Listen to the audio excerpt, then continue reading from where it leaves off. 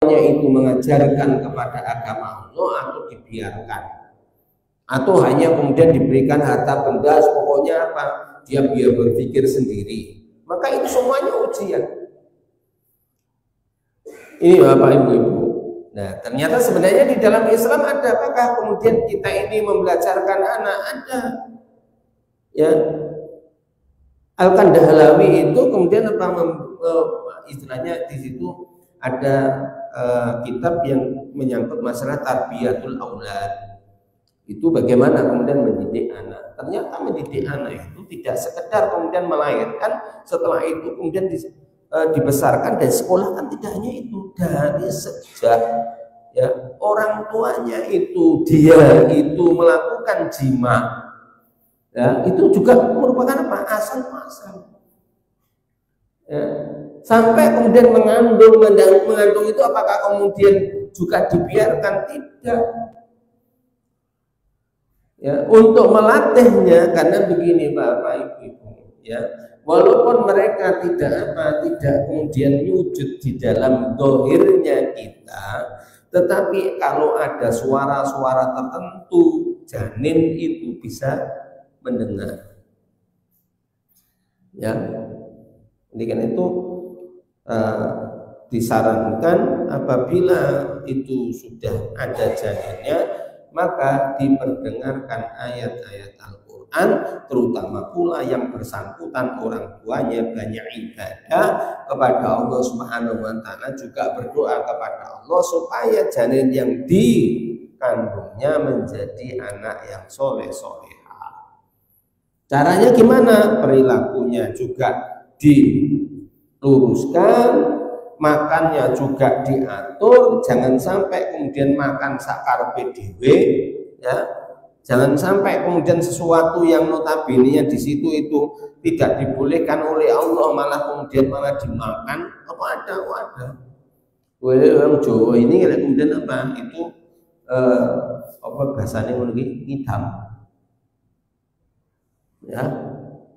Ngidam apa? Pernah dengan krungu ngidam kadal.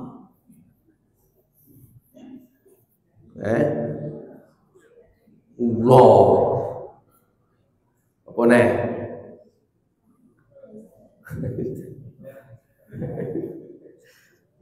Dulu ada itu.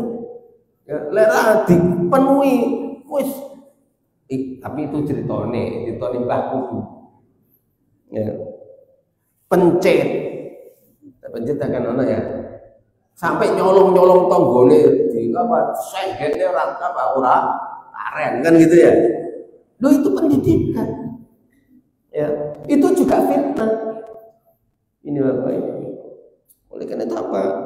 Ayo kita ini oleh Allah Subhanahu wa Ta'ala dituntun, ya, lebih-lebih Rasulullah SAW juga apa memberitahukan kepada kita berdasarkan hadis-hadis Rasulullah SAW, kemudian dijabarkan oleh para ulama, ya, baik anak-anak ini juga begitu ya. Ini juga ujian bagi yang di pondok. Ngejak dolan ujian, nggo HP ngene ujiannya anak pondok. Nah, mulai besok TPQ-nya dibuka ya. Kamu jam 3 sholat di sini ya. Taruhannya ya. Kebetulan begini SDM-nya ustadzah itu tambah. Ustadznya juga tambah. Artinya anak saya sudah pulang begitu. Dan 2 orang pulang. Ujiannya apa? Itu secara dohir, semisal contohnya buang sampah di tempatnya yang tetangganya. Ujian. Iso-iso dari hartanya anaknya dan tetangganya itu dapat dihapus oleh sholat. Ya, coba oleh panjenengan sholat begini ya, maka gimana? Kita ini selesai sholat gimana? Assalamualaikum warahmatullahi, kan gitu ya, mendoakan yang sampainya. mendoakan yang sampingnya, kan gitu. Semuanya juga Assalamualaikum warahmatullahi. Oh gitu ya. Kalau orang yang kemudian sering berkumpul di masjid, ya, setiap kali sholat 5 waktu berkumpul di masjid, itu kemudian apa? Nanti akan disatukan hatinya oleh Allah Subhanahu wa Ta'ala. Kecuali orang yang nggak mau sujud di rumahnya Allah. Nek ngono kuwi beda dalane. Ya, kenapa? Karena nggak pernah assalamualaikum lihat kanan, ya, nggak pernah assalamualaikum warahmatullahi, nggak pernah melihat ke kiri. Terus mari ngono kemudian apa? Ketemu salaman, senyum, sodako, ya, nekok keselamatan piye, persoalan apa yang kemudian terjadi. Oh, enak sekali, menyatukan hati. Ya, itulah kaitannya dengan apa? Kaitannya dengan sholat. Tidak hanya sholat saja, ternyata apa katanya Hudzaifah, yaitu ya wa takafiruha as-sholat wa saumu, ya, wa saumu yaitu saum. Ya, jadi fitnah-fitnah tadi itu bisa kemudian terhalangi, ya, terhapus kalau kita ini kemudian apa? Kita ini melakukan sholat, kemudian bersama-sama wasaum, kemudian saum. Mari kemudian kita tengok, kita ini kan dicontohkan pada waktu saum Ramadan, maka semaraklah yang namanya rumahnya Allah ini, kan gitu ya. Tongko teparu pada kemudian apa? Berkumpul pada saat apa? Saat apa? Tarawih ya berkumpul, kemudian berbuka juga berkumpul. Ternyata apa? Itu juga menyatukan hati lagi, menyamakan persepsi lagi. Persepsi yang bagaimana? Ketundukan kepatuhannya kepada Allah Subhanahu wa Ta'ala, memberikan yaitu ruhama'u bainahu kepada satu dengan yang lainnya. Selain itu apa? Wasodaqatu, ya, wasodaqatu, sodako. Dan ingat, sodako itu tidak mesti makanan.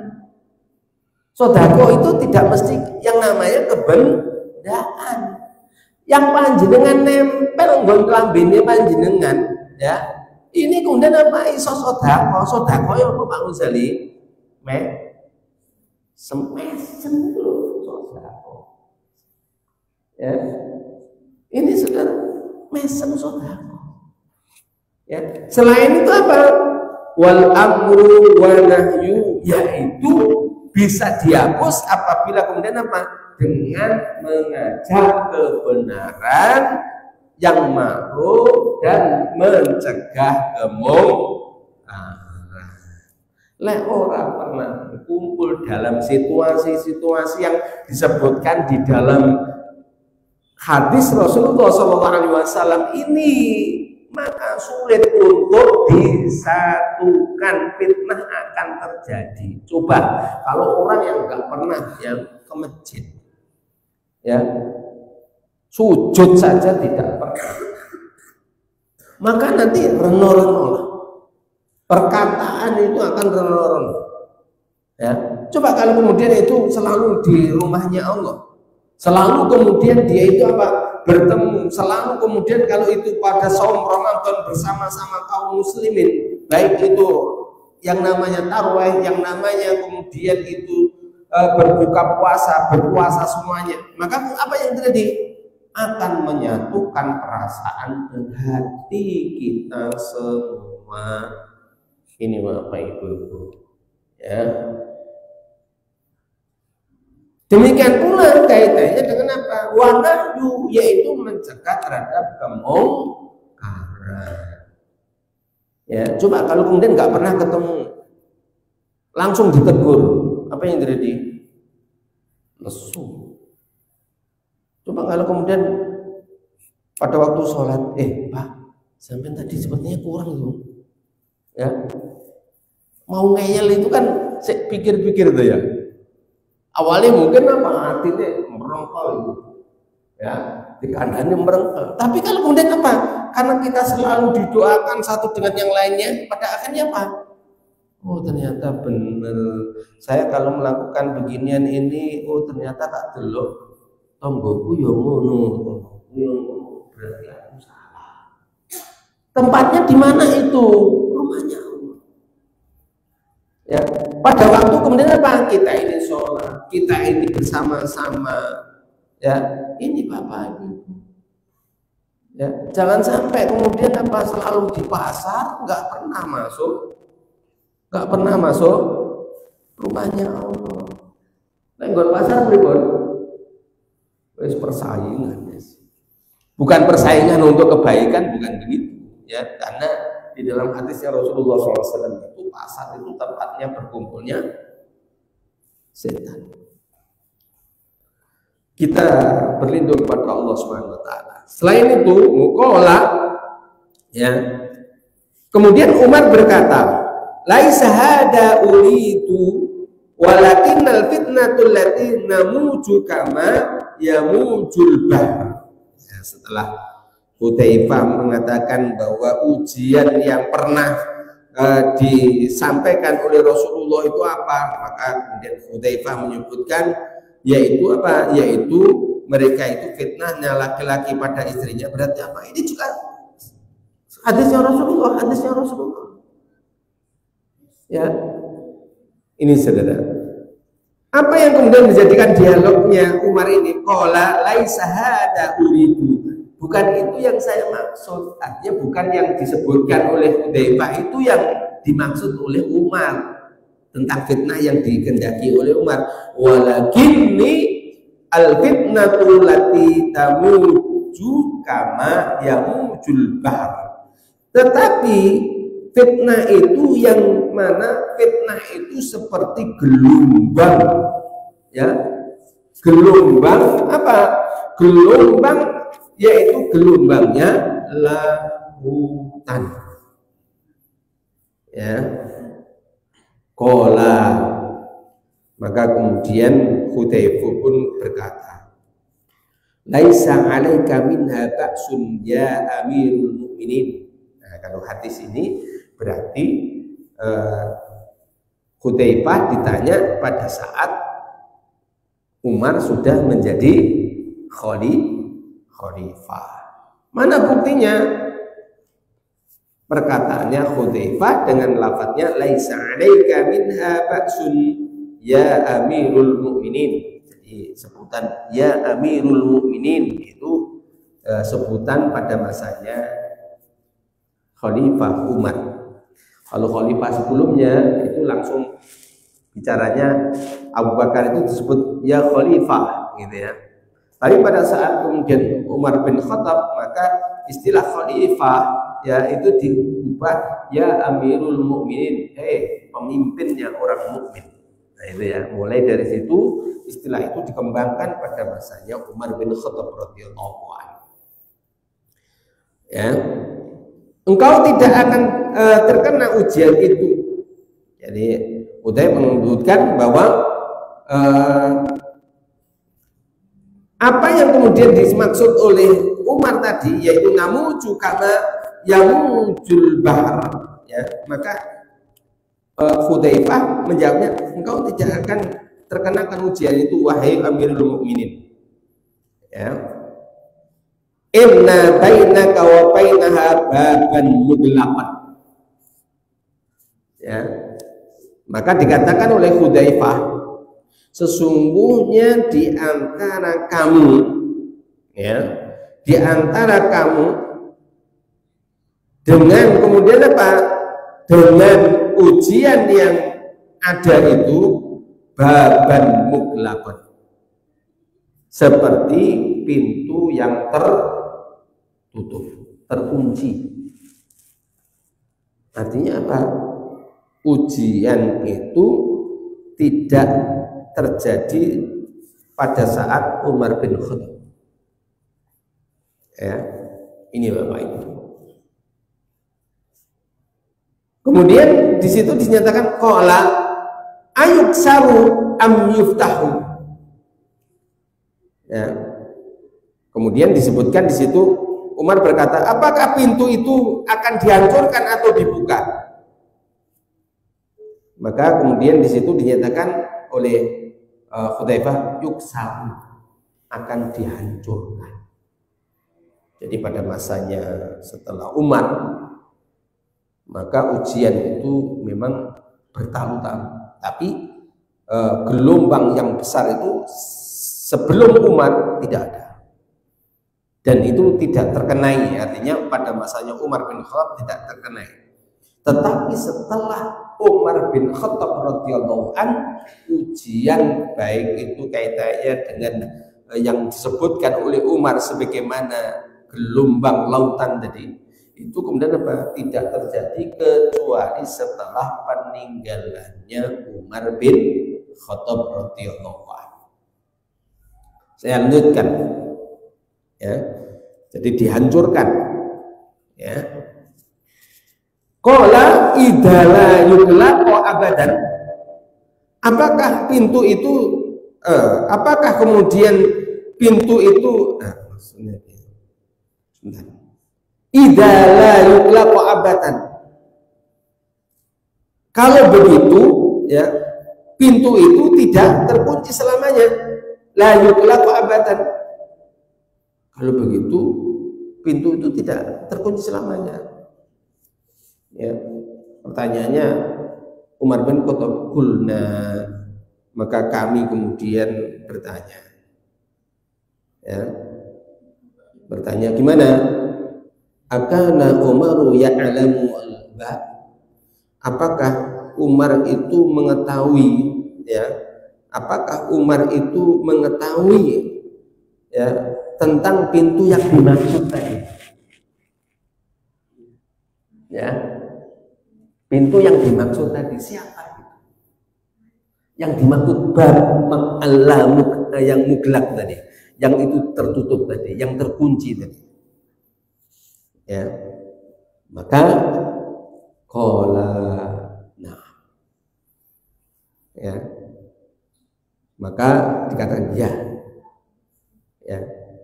Berarti iya, kama anna dunal ghadil laila inni hadastuhu bi hadisin laisa bil aghaliti fahibna antas ala Hudzaifah. Maka kemudian disebutkan di situ ya, bahwa sebagaimana dia tahu bahwa setelah malam ini akan datang esok hari. Ya, jadi disebutkan ya, bahwa apakah Umar mengetahui pintu yang dimaksud itu? Maka bahasanya dari Hudzaifah, ya, ya, sebagaimana dia tahu bahwa setelah malam ini akan datang esok hari. Artinya apa? Setelah Umar bin Khattab ya memerintah, setelah itu itulah yang kemudian dimaksud. Ya, ini saudara. Jadi memang setelah Umar ya, fitnahnya akhir Umar itu semakin lama semakin besar, mengguncang memang kekhalifahan pada saat itu. Setelah terbunuhnya Umar, kemudian di antara ini kemudian pecah. Ada orang yang kemudian meminta Utsman untuk mencari siapa pembunuhnya itu, ya, dan tidak sepakat dengan apa yang dilakukan oleh Utsman, ya. Jadi semakin lama semakin berduru fitnah ini. Saya lanjutkan. Inni hadastuhu bi hadisin laisa bil aghaliti fahibna an tas'ala Hudzaifah. Sesungguhnya ya, aku telah meriwayatkan kepadanya suatu hadis yang bukan termasuk perkara yang rumit. Kemudian Hudzaifah pun kemudian apa? lalu kemudian apa? Kami pun kemudian bertanya kepada Hudzaifah. Ya. Fas'alahu. Faqala al-babu yang dimaksud al-bab tadi siapa? Maka jawabnya Hudzaifah, Umar. Ya. Jadi yang ditanyakan oleh Umar bahwa apakah kamu hafal betul fitnah sebagaimana yang disabdakan oleh Rasulullah SAW, di mana Rasulullah menyatakan bahwa gelombang fitnah itu sebagaimana gelombang bahar lautan. Maka disampaikan oleh Hudzaifah dari pertanyaan-pertanyaan yang kemudian disampaikan oleh para sahabat, siapa itu? Maka pintunya itu adalah Umar. Ini saudara, ya. Jadi hadis ini menunjukkan bahwa memang fenomena-fenomena ujian itu akan terikat pada kehidupan. Apa itu? Siapapun orang yang hidup, ya, ini intinya. Siapapun orang yang hidup, maka di situ penuh dengan ujian. Ya, penuh dengan ujian. Sehingga saya tadi sampaikan, kita jangan salah mengatakan ujian itu kalau kita menderita. Ya. Kita dalam kebahagiaan itu juga ujian. Kita mendapatkan sesuatu itu juga ujian. Tidak hanya kita kekurangan sesuatu, tetapi apa? Mendapatkan kemuliaan juga ujian di dunia ini maksudnya, ya. Mendapatkan pangkat derajat juga ujian, mendapatkan status juga ujian, mendapatkan anak juga ujian, mendapatkan harta dapat ujian, mendapatkan istri juga ujian. Tidak ada sesuatu yang tidak diuji kecuali apa? Mati. Selesai. Mati wis kawan ujian. Sehingga saya tadi mengawali mukadimah saya, alladzi khalaqal mauta wal hayata liyabluwakum ayyukum ahsanu amala. Demi zat alladzi khalaqal mauta, yang telah menciptakan kematian, wal hayata, dan kehidupan. Apa yang kemudian dimaksud oleh Allah Subhanahu wa taala? Ternyata apa? Di situ penuh dengan yang namanya ujian. Ujiannya bagaimana? Allah akan melihat, liyabluwakum ayyukum ahsanu amala. Siapa di antara kita semuanya ini yang paling baik amalnya? Itu maunya Allah.